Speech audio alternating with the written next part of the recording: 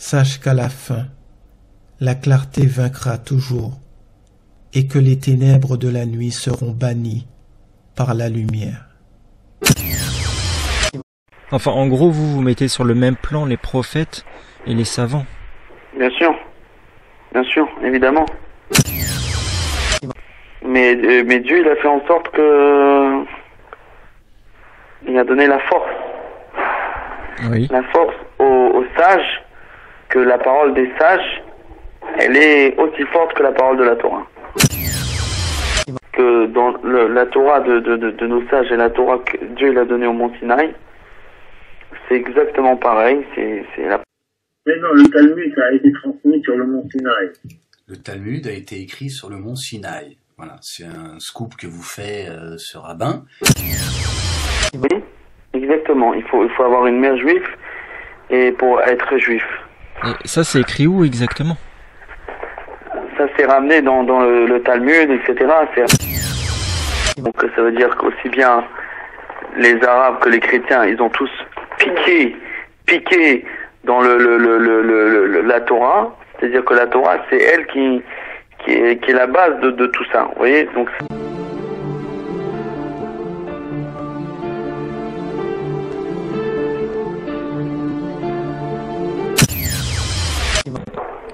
La Torah originelle et la Torah orale, pour vous, c'est la même chose? Bien sûr. D'accord, mais en fait, la Torah originelle, elle a été écrite par des prophètes, comme Ésaïe. Elle a été écrite par Moïse. Oui. Dieu l'a transmis à Moïse. D'accord. Mais la Torah orale, le Talmud, il a pas été écrit par des prophètes? Non, mais il a été écrit par des grands sages. C'est le Rabbi Yehuda, c'est ça? Rabbi Yehuda Anassi, exact. D'accord. Comment? Mais c'est gentil, je suis en voiture. D'accord, mais vous en remettez aux sages, donc? Exactement. D'accord. Et vous considérez pas que c'est du chitouf? Du quoi? Du chitouf. Qu'est-ce que c'est ça? De l'association. De la quoi? De la quoi? De l'association. Association de quoi? Bah, en fait, de vénérer la parole des sages et de s'en remettre aux sages. Enfin, en gros, vous mettez sur le même plan les prophètes et les savants. Bien sûr, évidemment. D'accord, mais par exemple, vous connaissez le Malbim? Oui. D'accord, lui, vous le mettez sur le même plan que les prophètes? Non, c'est pas aussi élevé. C'est pas aussi élevé.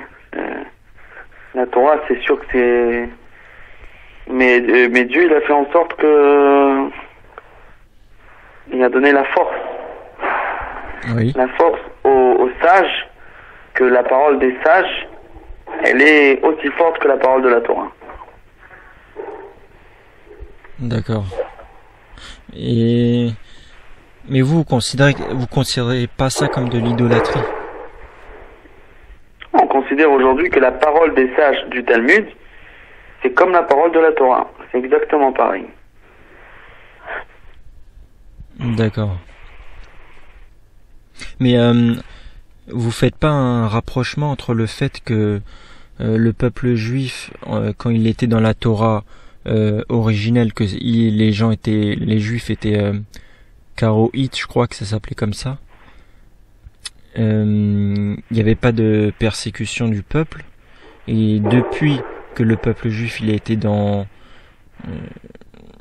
la vénération des sages, dans le Talmud, il y a eu l'exil, la destruction du temple, la persécution du peuple, que tous les malheurs ils sont venus à partir du moment où il y a eu un remplacement de la Torah originelle, de l'Ancien Testament, des lois noaïdes et des 10 commandements, par les commentaires, les exégètes, c'est-à-dire le Talmud, quoi.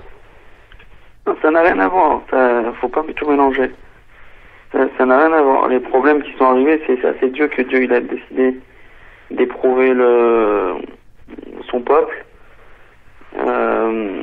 pour certaines raisons qui sont à lui, mais c'est pas lié avec le fait qu'on a écrit la Torah par les sages. Ça, la Torah des sages, c'est tout ce qui a été dit jusqu'aujourd'hui par les sages, c'est été dit au mont Sinaï. Donc, c'est-à-dire qu'il n'y a rien de nouveau sous le soleil. Tout est au même. En deux mots, c'est évident aujourd'hui que dans la Torah de nos sages et la Torah que Dieu l'a donnée au mont Sinaï, c'est exactement pareil. C'est la parole des sages. Elle est basée sur la Torah. Elle fait que rajouter par rapport à ce que la Torah elle a dit. Il n'y a rien de nouveau. Vous voyez? Donc nous, c'est pareil. Les 613 mitzvot, par exemple, elles sont dans la Torah originelle ou dans le Talmud? Il y en a, oui, il y a 600 mitzvot. Comment tu fais le linge? Je sais pas. Il fait très froid, il faut mettre les manteaux. Il y a peut-être des chauffages qui sont... Tout est fermé. Je sais pas. Impossible. Oui, donc les 613 mitzvot, oui, ils sont dans la Torah. Originelle. Il y a 20 mitzvot qui ont été donnés par les Chachamim, les sages, mais les autres mitzvot qui ont été donnés ils sont dans la Torah, oui. D'accord. Et vous envisagez pas l'hypothèse que, quand je disais tout à l'heure les persécutions, l'exil, le temple et tout ça... Non, rien à voir. Rien à voir. Mais et par rapport à Jésus, justement, ça non plus, vous l'envisagez pas? C'est-à-dire? Que la destruction du premier temple, il est venu tout juste après le fait que Jésus était rejeté par le peuple juif.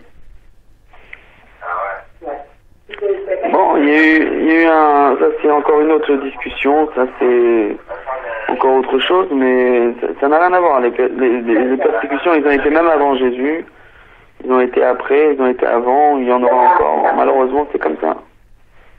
D'accord. Vous suivez par des choses, mais ça n'a rien à voir avec ça. D'accord. Vous suivez les lois noaïdes? Bien sûr, bien sûr. D'accord. Dans les 7 lois noaïdes, je crois, il est bien dit qu'il y a l'interdiction de blasphémer. Il y a quoi? Parmi les lois noaïdes, il y a l'interdiction de blasphémer. C'est-à-dire blasphémer? Ne pas voler, ne pas tuer, ne pas blasphémer, ne pas idolâtrer. Oui. Et le Talmud, il blasphème pas Jésus. Comment? Le Talmud. Vous n'avez pas le sentiment qu'il blasphème Jésus? Ça, je pense pas. Non, je pense pas. Je pense que c'est à un certain moment. Ça, c'est beaucoup plus long à. Vous évoquez deux choses différentes. C'est beaucoup plus complexe que ça. Bon, je vais voir comment faire. D'accord. Et pour vous, c'est impossible qu'en fait le Mashiach, le Messie, ce soit Jésus et que le peuple juif ne l'ait pas reconnu? Impossible. D'accord. Et vous vous fondez sur quel... Sur le Maïmonide, le Rambam, le Shulchan Aruch, les lois de Rabbi Yosef Karo, etc. Là, il y a des lois précises qui expliquent, etc. Toutes les choses que le Messie doit avoir. D'accord, mais ça, c'est pas dans la Torah. Si, il y a des références qui sont dans la Torah, c'est-à-dire des prophètes, il y a la Torah, des prophètes et c'est des choses que les prophètes ils ont dit, oui, bien sûr. Mais par exemple dans Ésaïe, dans l'Ancien Testament, il est bien dit que le Messie viendra de Nazareth. Il y a beaucoup. Nous on n'a pas le premier ou le Nouveau Testament, on a ce qui est marqué dans la Bible. L'Ancien Testament. Voilà, alors nous on a ce qui est marqué dans la Bible et on a ce que les Chachamim, les sages, comme vous avez évoqué tout à l'heure, nous ont dit qu'il peut avoir beaucoup de signes pour évoquer qui est le Mashiach. C'est pas n'importe qui peut devenir Messie, qui se réveille et qui se dit ça y est, il proclame le Messie. Pour être le Messie, il faut avoir beaucoup de critères. Et tous les critères, ils ont été cités par le Maïmonide, clairement, de ce qui est un Messie. Voilà, alors sur ça, on se base pour savoir exactement quoi. Alors ton père, il a dit quelque chose ou pas? D'accord, parce que moi j'avais lu dans l'Ancien Testament qu'il serait crucifié, qui porterait le malheur des gens et qui viendrait de Nazareth. Ça, je sais pas, je connais pas. Ce que je vous ai dit, c'est le Maïmonide, le Rambam, c'était un grand docteur. Lui, il a dit exactement tout ce que je vous ai dit. Donc tous les signes qu'il faut pour avoir pour être le Mashiach. Après ce que vous me dites, je suis pas au courant. Les signes du Messie lui-même ou les signes de l'annoncement du Messie? Pourquoi? Pardon, excusez-moi? Les signes de l'annoncement de l'arrivée du Messie ou les signes du Messie lui-même? Oui. Parce que dans le Talmud, il est dit par exemple qu'il faut un baragan en Occident par Ishmaël pour son arrivée. Mais vous êtes juif, vous êtes quoi? Moi, je suis spirituel. Pardon? Spirituel. Ça veut dire je suis quoi, gnostique spirituel? En fait, si vous voulez. Pardon? Je suis gnostique. Vous êtes aucune religion? Gnostique en fait. C'est quoi gnostique? C'est la recherche de la connaissance. Alors, mais de base, vous êtes quoi? Vous avez une mère juive, vous avez une mère chrétienne, vous avez quoi? De base, non, j'ai pas de mère juive. Mais justement, ça aussi, c'est quelque chose. C'est pas dans la Torah, c'est écrit qu'il faut avoir une mère juive pour être juif. Oui, exactement. Il faut avoir une mère juive et pour être juif. Et ça, c'est écrit où exactement? Ça c'est ramené dans le Talmud, etc. C'est ramené. Il y a aussi des preuves dans la Torah aussi. C'est ramené. Dans le Talmud? Oui, dans le Talmud et dans la Torah, c'est ramené. Mais le Talmud, il a été écrit ces 2000 dernières années. En tout cas, si vous voulez vous convertir, il faut faire les choses correctement. Bah déjà, je voulais essayer de comprendre le judaïsme, et puis j'essaie de comprendre c'est pas comme ça au téléphone, hein. C'est un engagement. C'est un engagement. C'est pour comprendre, il faut étudier beaucoup. Bah, il faut pas étudier seulement la Bible, pas seulement le Testament. Il faut étudier la Gemara, le Talmud, les sages. Faut aller doucement. Vous voyez ce que je veux dire? C'est pas comme ça une discussion au téléphone. C'est comme si que vous me dites apprenez-moi la Torah sur un pied. Non mais je connais. Mais vous avez pas l'impression que vous avez délaissé. Quoi, la Torah, c'est ne fais pas à ton prochain ce que tu n'aimerais pas qu'on te fasse. Oui. Et le reste, c'est des commentaires. Mais vous avez pas l'impression d'avoir délaissé la Torah originelle pour les exégètes, c'est-à-dire le Talmud? Bon, je peux pas discuter plus que ça. Il y a du monde autour de moi. Mais en tout cas, je vous ai dit, la Torah, c'est pas quelque chose qui s'apprend comme ça. On cherche pas à vendre un produit. C'est quelque chose qui dépasse déjà depuis des années que ça veut dire ça remonte c'est la Torah, c'est la base. De là, tout le monde a appris. Donc, ça veut dire qu'aussi bien les Arabes que les chrétiens, ils ont tous piqué dans la Torah, c'est-à-dire que la Torah, c'est elle qui est la base de tout ça. Vous voyez, donc ça veut dire que si vous apprenez bien la Torah, c'est-à-dire les 5 livres de Torah, plus les Talmuds et les prophètes, etc., là vous allez mieux comprendre chaque chose, etc. Mais en tout cas, il faut bosser, quoi. Bah, je peux pas en une discussion au téléphone vous prouver Jésus, etc. C'est compliqué. Parce que Jésus lui-même, c'est un juif.